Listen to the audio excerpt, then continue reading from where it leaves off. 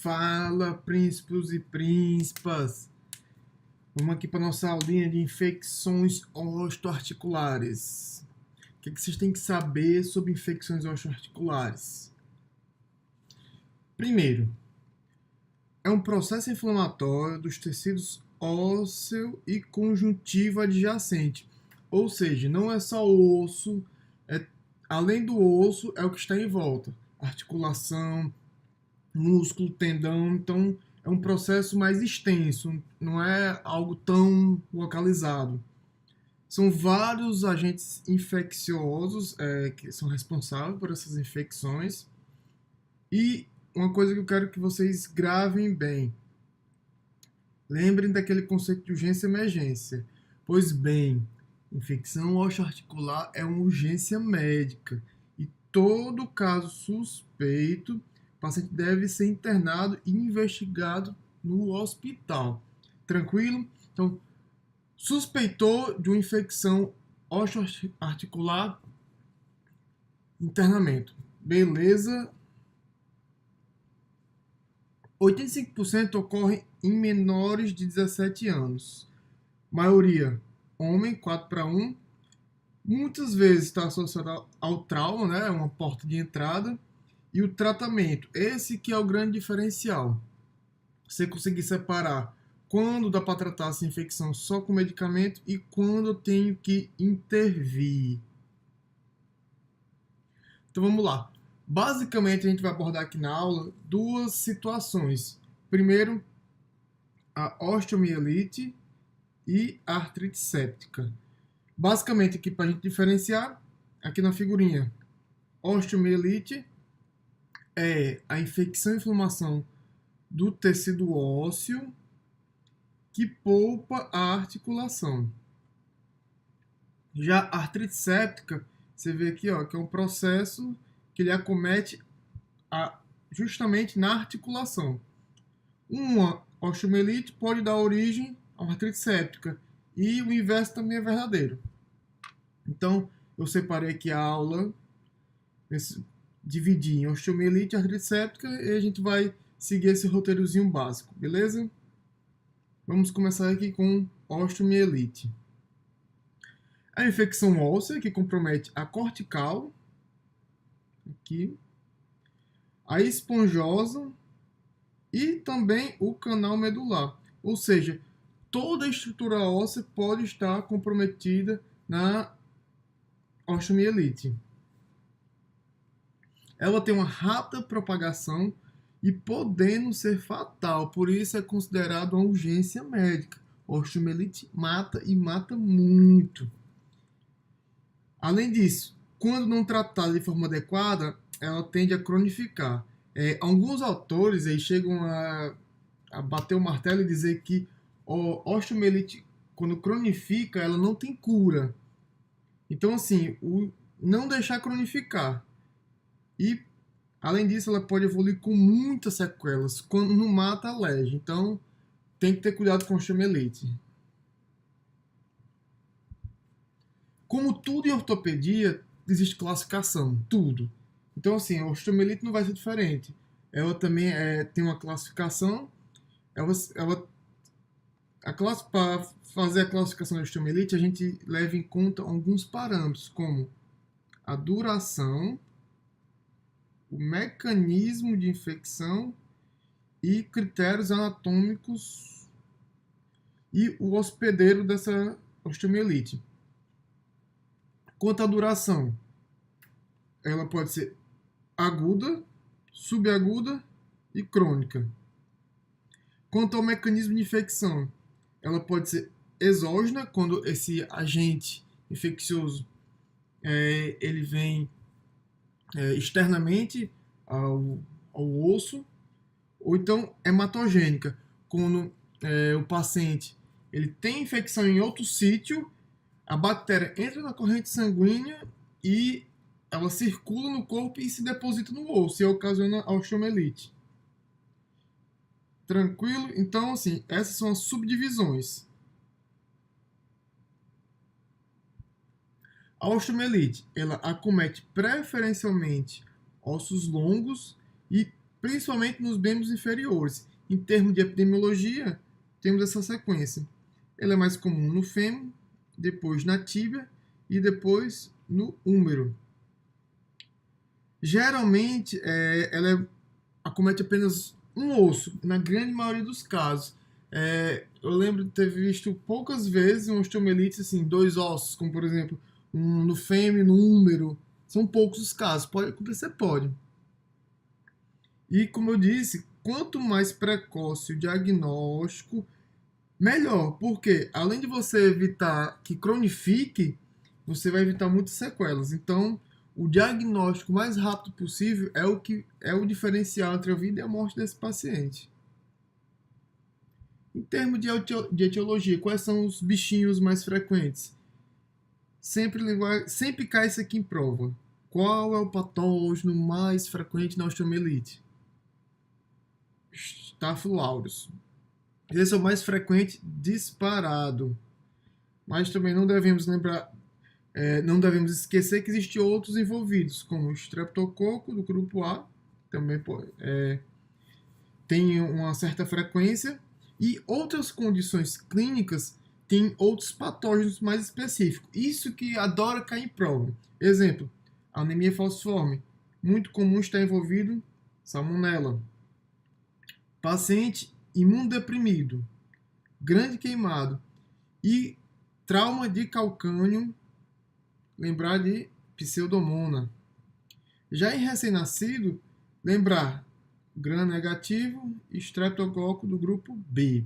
Então, isso geralmente adora cair em provinha de residência. Esse joguinho com epidemiologia. Paciente tem falciforme, qual a bactéria mais comum? O paciente teve um trauma no calcânio. É um recém-nascido.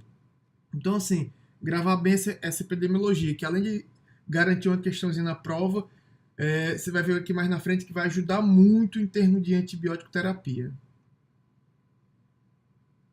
Em termos de fisiopatogenia, como é que se dá início? A bactéria ela pode atingir o osso por 3 vias.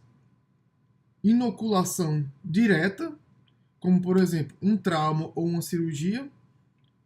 Por exemplo, aqui ninguém tem dúvida que uma bactéria pode aqui entrar em contato diretamente com esse osso. Então, essa é uma forma de trauma direto. Uma segunda forma é por contiguidade. Eu tenho uma infecção, por exemplo, uma celulite. Não essa celulite, claro. Vamos dizer, essa celulite tem uma infecção ali na pele e a bactéria vai adentrando, vai ficando mais profundo ali no tecido celular subcutâneo até acometer o osso. Então, essa é uma segunda forma de que a bactéria tende a entrar em contato com aquele osso, que é por contiguidade. E a terceira, e uma das mais importantes, que é a via hematogênica, que essa é a via disparada mais comum em crianças. Como a gente viu, a grande maioria dos pacientes com osteomielite são adolescentes e crianças. Então, essa via, através do sangue, é muito importante.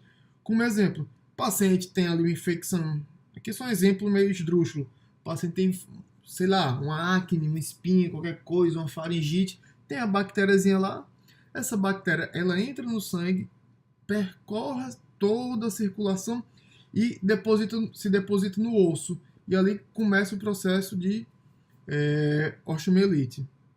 Essa é a terceira via. Então, pode ser direto, por contiguidade e via hematogênica.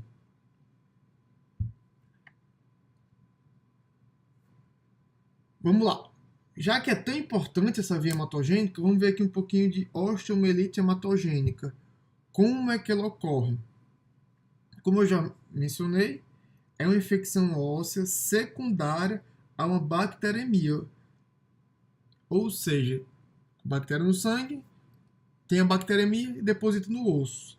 Ela pode ser aguda, geralmente acomete ali a metáfise. Esse termo agudo é em termos de tempo. 2 a 3 semanas a gente considera isso aí aguda. Subaguda já é um pouco mais de tempo nessa evolução e pode acometer qualquer região do osso. Então, o que vai diferenciar aí de aguda e subaguda? Primeiro, o tempo. Aguda, ali 3 semaninhas, 4 semanas, vai depender da referência bibliográfica. E geralmente, região metafisária. Na subaguda, já é um tempo maior, depois de 6 semanas, e pode acometer qualquer localização do osso. Como é que é? Vamos ver aqui, estudar bem por que isso pode acontecer. Porque uma bactéria que cai no sangue pode parar ali no osso e causar uma osteomielite.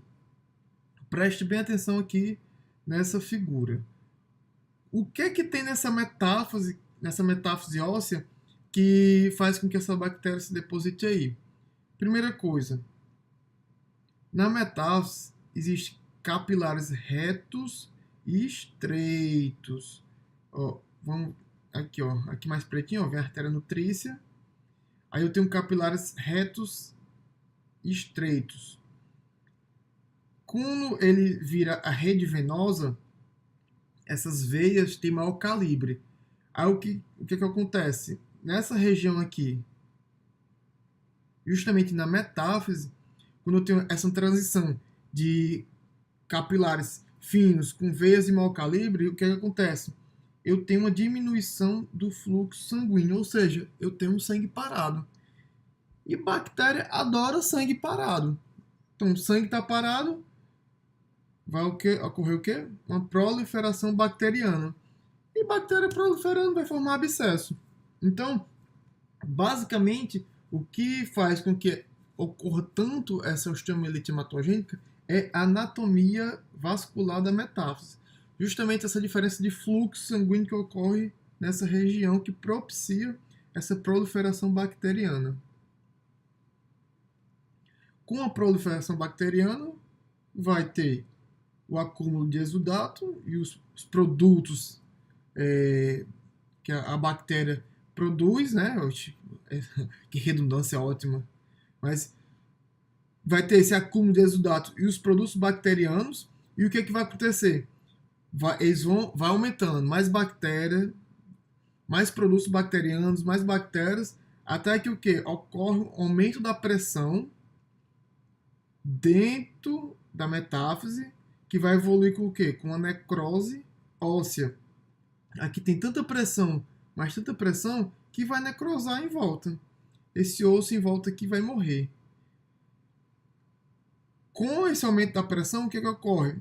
Lembra daqueles canalículos, o Harvey e Volkmann, que comunicam o osso, a estrutura vascular óssea, ajuda na nutrição e tudo mais. Então, ó, pelo esse aumento de pressão aqui dentro, esse exudato ele vai ser drenado pelos canalículos até atingir o periósteo e fistulizar. Então, esse aqui nada mais é que como ocorre o mecanismo da proliferação bacteriana na osteomielite. Então, a anatomia da metáfise diminui o fluxo sanguíneo na região metafisária, a bactéria ela prolifera, produz exudato, que aumenta a pressão, necrosa o osso e ocasiona a fístula. Além disso, a gente vê aqui, ó, aqui está na região metafisária, é como inicia a proliferação. Só que eu posso ter um crescimento dessa infecção e atingir a articulação. Ou seja, eu tenho um risco de evoluir para uma artrite séptica. E o pior, alguns ossos, essa metáfise, ela já é já é intraarticular, ou seja, uma osteomielite já começa com uma artrite séptica.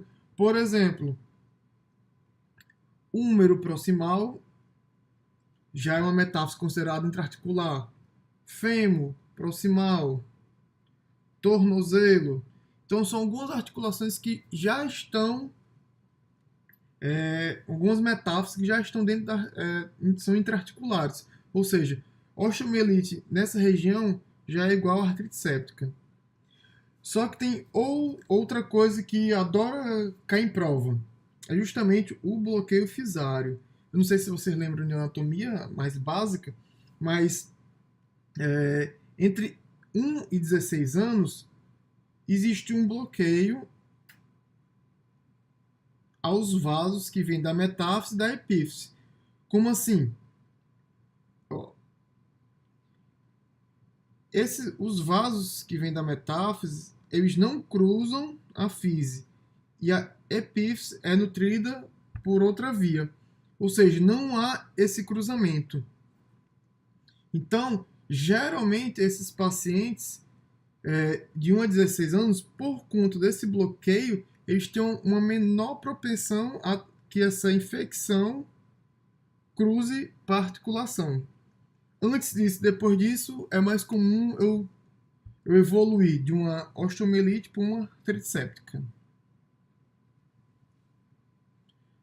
Então, a gente já vimos como essa bactéria chega até o osso e vimos que a hematogênica ela pode ser tanto aguda como subaguda. Vai depender muito do tempo e da região que ela comete.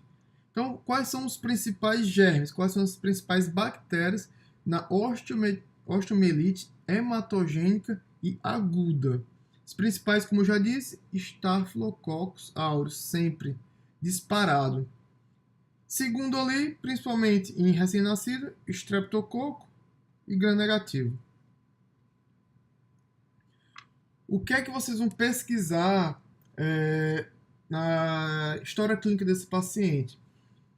Aquele negócio que eu falei, que tem uma espinha, uma faringite. Geralmente o médico só consegue detectar isso aí em 30% dos casos. É muito comum, é muito difícil você conseguir identificar essa história de bacteremia. Tentar identificar alguma porta de entrada, como por exemplo, o paciente ele pisou num prego, ele fez uma cirurgia, algum procedimento. Então, assim, sempre tentar identificar onde foi a porta de entrada. E aí, no exame físico, o que é que tem que ser pesquisado? Primeiro, que é a dor metafisária, que é basicamente, vocês vão palpar a região, pressão digital, colocar o dedão lá. A região acometida, ela piora com a movimentação. Com uma infecção, eu vou ter aqueles sinais flogísticos clássicos, vou ter febre.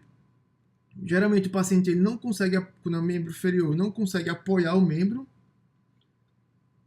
Além disso, eu posso ter uma celulite como uma porta de entrada, você vai ver lá, como aquele caso que eu mostrei mais na frente. E no recém-nascido é um pouquinho mais difícil ver isso. No máximo, você vai conseguir ver irritabilidade, recusa alimentar, febre, pela imaturidade dos mecanismos de defesa, muitas vezes está ausente. E a famosa pseudoparalisia, que é o recém-nascido ele não mexe o membro e são os poucos dados que a gente vai ter. Então, assim, é muito mais difícil você dar o diagnóstico em recém-nascido.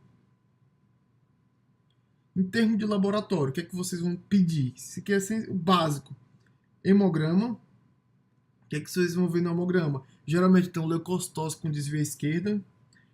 VHS, PCR são provas inflamatórias. Eles não são tão específicos, mas eles têm uma sensibilidade muito boa. PCR, ele positiva rápido e negativa rápido também. VHS dura um pouquinho mais, é tanto que ele é usado até para critério de cura. Hemocultura, sempre, vocês vão ter que colher hemocultura. E aqui vai ficar... Vocês têm que decorar isso aqui. Sempre, hemocultura, sempre e antes do antibiótico. Nunca, pelo amor de Deus, nunca comecem antibiótico antes de colher hemocultura. Por favor, Pelo amor de Deus, não me matem de vergonha. Então, nunca comece antibiótico antes, tranquilo? Outra coisa, se possível, fazer logo o GRAM, coloração de GRAM, e, em alguns casos, biopsiar, aspirar do osso e biópsia, principalmente quando eu tenho que fazer diagnóstico diferencial com algum tumor. Vamos aqui para a imagem. Raio-X. O raio-X ele só é assim, ele é um pouco inespecífico e o pior, ele só vai começar a se alterar em torno de uma semana. E após 2 semanas que vão aparecer aquelas lesões no periósteo e essas lesões líticas. Então, assim, se for esperar ter alteração radiológica, você vai atrasar muito o início do tratamento. E assim, mesmo que já venha, são inespecíficas. Geralmente, quais são os sinais clássicos? Geralmente é a osteomielite crônica, que eu vou ter crônica ou subaguda, mas mais na crônica. Eu vou ter uma neoformação, que o que é isso? São formações de camadas de osso lamelar. Aqui está o osso. Aí o corpo vai tentando conter a infecção, o periósteo vai depositando um em cima do outro. Na radiografia, isso dá um aspecto como se fosse uma casca de cebola, várias camadas. Outra coisa, reabsorção óssea. Você vê aqui, ó, já tem umas lesões líticas com reabsorção. E o famoso sequestro ósseo. São as lesões mais clássicas no raio-x, mas quando elas aparecem é que já está ou subagudo para crônico já. Então já não tem tanta utilidade para o diagnóstico precoce. Até agora, o que é importante? Clínica, laboratório infeccioso e lembre, antibiótico, pelo amor de Deus, só depois de colher cultura. Outro exame que pode ser usado na propedêutica é a cintilografia. Geralmente ela é hipercaptante, mas no caso de um abscesso, ela pode ter esse aspecto aqui de hipocaptação. A gente vê aqui ó, no exemplo, ó, uma hipercaptação na tíbia proximal. A cintilografia ela pode ser realizada ou com tecnécio ou com galho. Ela tem um baixo custo para ser realizado, mas pode ser feito sem sedação. Só que assim, é um exame bem sensível e a especificidade ela varia ali de 70% a 90%. Ajuda a ver lesões mais precoces do que o raio-x. Antes do 7º dia eu já consigo ver essa captação aí. E, além disso, eu consigo ver na radiografia. Geralmente eu peço uma radiografia só da perna, a paper field. Já na cintilografia não, eu consigo ver mais sítios ao mesmo tempo. Só como eu já falei, é difícil ter uma osteomielite mais de um osso, mas vai que não é osteomielite, é um tumor, alguma coisa, eu consigo ajudar muito no diagnóstico diferencial. Geralmente, o Tecnésio 99, ele é a primeira escolha. Ele é realizado em 3 fases, né? A primeira fase, em torno de 5 segundos a 1 minuto após o contraste. A segunda, de 5 a 15 minutos após o contraste. E a terceira fase, de 2 a 3 horas após essa infusão de contraste. A osteomielite ele tem um aumento intenso, né, na fase mais tardia, ali, na segunda e terceira fase. Uma segunda escolha para usar como radiofármaco é o galho. Ele pode ser usado para marcar bactérias e neutrófilos. E assim, ele não diferencia celulite de osteomielite e nem de infecção aguda ou um abscesso muscular. Então, assim, é um exame bem inespecífico, mas é mais um que você tem que saber que existe na propedêutica. E outro mais moderno é, sem dúvida, a ressonância. Que você vê bem esse aumento de sinal na região metafisária aqui, ó. Aqui no rádio, aqui na tíbia Aqui você vê que são ponderações em T2, né? Não sei se vocês já tiveram aula com Franklin sobre essas ponderações da ressonância, mas aqui ambos os exames estão ponderados em T2. Você vê que existe aqui, ó, tá mais branquinho, um aumento de sinal na região metafisária. É um excelente exame, porque é muito útil, principalmente quando a cintilografia ela é inconclusiva, ou então como localização mais difícil, como coluna e pelve. E a outra grande vantagem é que ela identifica com precisão coleções subperiosteal ou nos tecidos moles. E além disso, ela é positiva rápido. É muito sensível e específico o exame. Então, assim, se eu tiver acesso, ressonância. Mas lembre, o diagnóstico é clínico. O primeiro diagnóstico é clínico. A parte de imagem é só para confirmar e para isso aqui, ó, excluir os diagnósticos diferenciais. Que sempre eu vou bater na tecla. Se não tiver pelo menos 5 diagnósticos diferenciais, vocês não entenderam qual é a doença. Então, alguns diferenciais: contusão, uma contusão, um trauma banal, sinovite, leucemia e tumor. Além disso, o clássico, tuberculose e lúpus, sempre entra no diferencial. Então aqui ó, algumas formas de ver como é que descarta esses diferenciais, mas basicamente é isso aí. De osteomielite hematogênica aguda. Aqui, só para mostrar, um diferencial muito, mas muito, muito importante. Que vocês vão ver mais na frente, vão ter essa aula de tumor. Mas, ó, você vê que aqui tem um aumento de sinal, só que aqui tem mais diafisário. Geralmente a osteomielite é um pouquinho mais aqui, mas esse aqui você vai ficar na dúvida. Isso é uma osteomielite? É um sarcoma de Ewing? Não sei. Então, biópsia. Então, sempre que vocês verem isso aqui, lembra diagnóstico diferencial, tumor. Lembre disso aqui. Fase áurea do tratamento. É a fase inicial, que ainda tem o quê? Aquela celulite, que são o quê? Primeiras 48 horas. Por isso que eu não vou esperar 7 dias, 10 dias para dar positivo no raio-x. Eu tenho que dar esse diagnóstico nas primeiras 48 horas. Sempre, sempre, sempre tentar identificar a bactéria, ou seja pela punção óssea, ou seja pela hemocultura, sempre antes de iniciar a antibioterapia. E uma coisa que eu quero que vocês botem na cabeça: muitas vezes o tratamento da infecção vai ter que passar pelo bisturi do cirurgião. Poxa, a rimazinha é boa, mas isso existe mesmo. Não melhorou em 72 horas de tratamento, tem que lembrar que a cirurgia está aí na propedêutica do tratamento. Que como que se baseia esse tratamento? Primeiro, a parte mais paliativa: hidratação, correção de anemia, manutenção do equilíbrio proteico e hidroeletrolítico.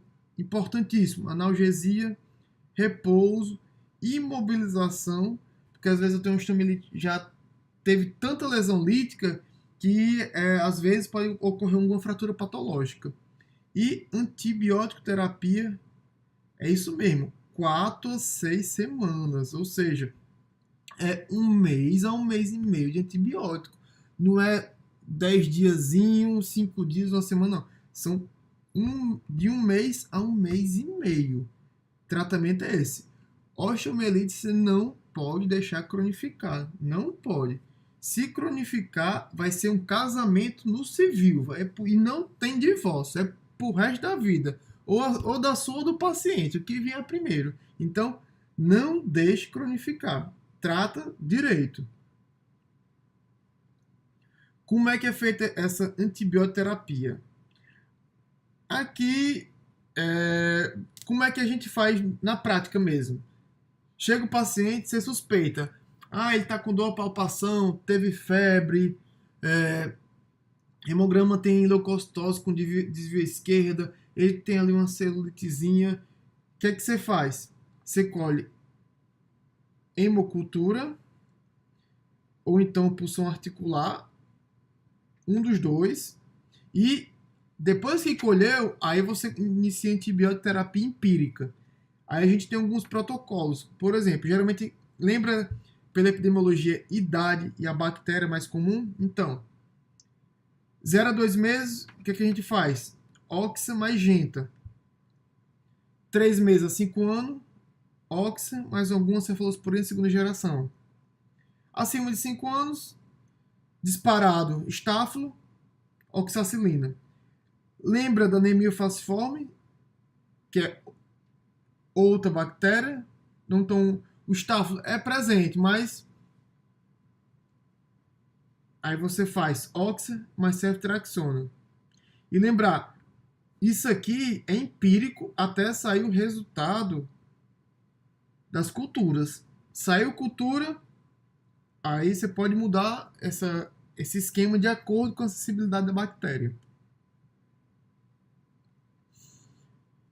A grande questão, antibiótico venoso ou oral? Lembra que são 4 a 6 semanas. É 1 mês a 1 mês e meio de tratamento. Sempre inicia venoso. Sempre, sempre, sempre. Faz ali de 1 a 2 semanas e depois você complementa 6 com o oral. Essa questão da troca vai depender muito dos parâmetros clínicos, ou seja, quando o paciente teve, ele está com 10 dias já de antibiótico venoso, o PCR não baixou tanto, ainda tem uma febrezinha, você não vai trocar por oral. Então, assim, só troca se depois de 10 dias ele tiver uma melhora clínica e laboratorial. E a grande questão, antibiótico correto, por mais de 2 dias e o paciente não melhorou nada, não baixou um pontinho do PCR, lembrar de intervenção cirúrgica. Ou então se já há uma lesão óssea estabelecida, como um sequestro. Aí, para vocês saberem o que é um sequestro. Eu já falei aqui de sequestro, mas não expliquei o que é. Vamos aqui. Aqui eu tenho o osso saudável, letrinha A. B, o periósteo. O que é que acontece? Aqui está a lesão. Aqui está a fístula. Então, isso aqui é osteomielite. A osteomielite, o que é que ela faz? Aumenta a pressão e isso aqui é o osso que necrosou. É o osso necrótico. Só que como eu estou todo envolto por pus, o corpo não reabsorve esse osso necrosado e nenhum antibiótico ele consegue chegar lá, porque eu não tenho vaso, está necrosado tudo. Então, esse osso necrosado envolto por esse lago de pus, a gente chama de sequestro. Então, assim, 48 horas de antibiótico correto, de acordo com a cultura, o paciente não melhora. Ou então, se eu tenho um sequestro, o que é que eu tenho que fazer? Cirurgia. Então, ó, 48 horas e sequestro é igual procedimento cirúrgico. Quais são as complicações da osteomielite hematogênica aguda? Primeiro de tudo, é o que mata. Isso aqui virar uma sepse. Segundo, a osteomielite virar uma artrite séptica, aquela infecção chegar até a articulação. Outra, cronificar. Cronificou, como eu disse, é casamento. Já era. Como acomete muito na faixa etária pediátrica, outra complicação é a destruição da física de crescimento e evoluir com sequela. E a outra, de tanta lesão lítica, evoluir com fratura patológica. Por isso que no tratamento do paciente, imobilizar aquele membro acometido e o membro que for drenado. Então, ó, já vimos, ó, introdução de osteomielite hematogênica aguda, e a gente vai entrar aqui na osteomielite subaguda e crônica, mas só no próximo vídeo. Beleza? Volto já! Cheiro!